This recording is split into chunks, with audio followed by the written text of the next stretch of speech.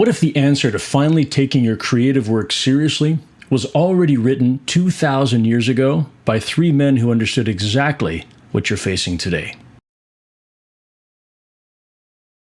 All throughout our lives, we discover things that we care about through our experiences, stories, information that we discover.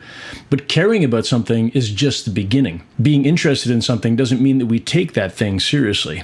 It's just an interest or a curiosity. Being a fan of something is all well and good, but it doesn't mean that we're actively pursuing it. Sports fans watch their favorite teams, feel the excitement, know all of the stats, but watching doesn't make them a player. But the moment that you step on the field yourself, even at an amateur level, everything changes, and you immediately see where you need to improve. Whether as a player, as a coach, a referee, a technical support on the sidelines, suddenly there are some real stakes in the outcome. And the same is true for any kind of creative work.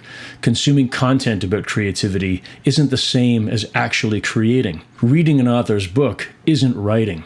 Watching musicians isn't making music. Being serious about something that we're passionate about brings us right to the threshold of deciding to actually take part in something, somehow, even in some small way. And it compels us to cross the barrier from fan to participant. And that's when true creativity really begins. The Stoic philosopher Epictetus understood this. And he said, first, say to yourself what you would be, and then do what you have to do. He knew the difference between intention and action. Now, Epictetus was born into slavery. He was eventually freed, and he began teaching philosophy in Rome. And when Emperor Domitian at the time banished all philosophers from the city around 90 AD, Epictetus traveled to Nicopolis in northern Greece, and he established his own school. And there, in his midlife, he taught young men preparing for public service, not just theory, but educating them about how to live an intentional life. First, say to yourself what you would be, and then do what you have to do. Our calendars and our budgets tell us everything that we need to know about the truth of our actions. What we actually spend time doing and what we actually pay money for reveals what our priorities are. The question is, how much of that time and money is truly being spent on our creative pursuits? In our midlife, all the experiences that we've accumulated and the stuff that we've been through give us an informed perspective. Our bullshit filter is acutely aware, and we can quickly tell when something's just not right. But what a shame when that highly accurate awareness gets turned off when we turn the spotlight onto the face in the mirror. Being truthful with ourselves is way harder than having opinions about others. And being honest about how little time or money we actually invest in our own creativity, that's the first real hurdle to overcome if we have any hope of realizing our true potential. Midlife is when we should finally see clearly and be willing to turn that brutal honesty on ourselves, because it is never too late to capitalize on the time that is still ours to command. Marcus Aurelius wrote, "You could be good today,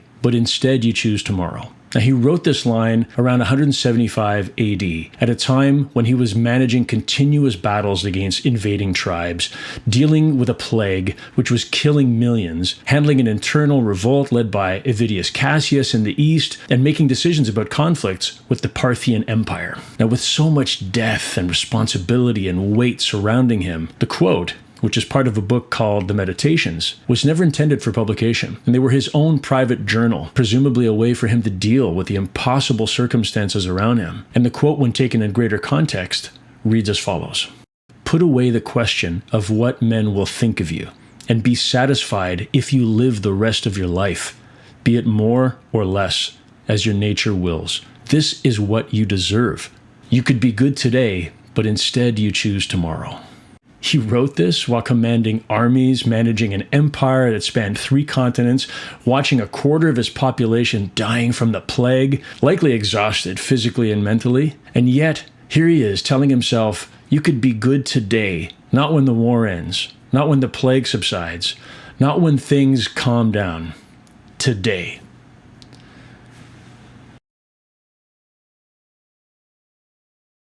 Now, Marcus Aurelius wasn't alone in his understanding of this important notion of taking action. And the Stoics before him had also been wrestling with this same truth as well. Now, Seneca, who was a Roman philosopher and advisor to Emperor Nero, wrote about time.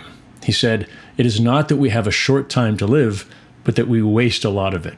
Fuck, so simple and so true. And we all know it. We felt it. We spend time on things that don't matter, distractions and consumption instead of creation. And seeing it happen all around us just makes it easier to go with the flow and do what everyone else does. But maybe stop on occasion and wonder about a different potential reality. The Stoics understood that awareness of our mortality isn't meant to depress us. It's meant to clarify everything. Memento Mori. Remember you will die.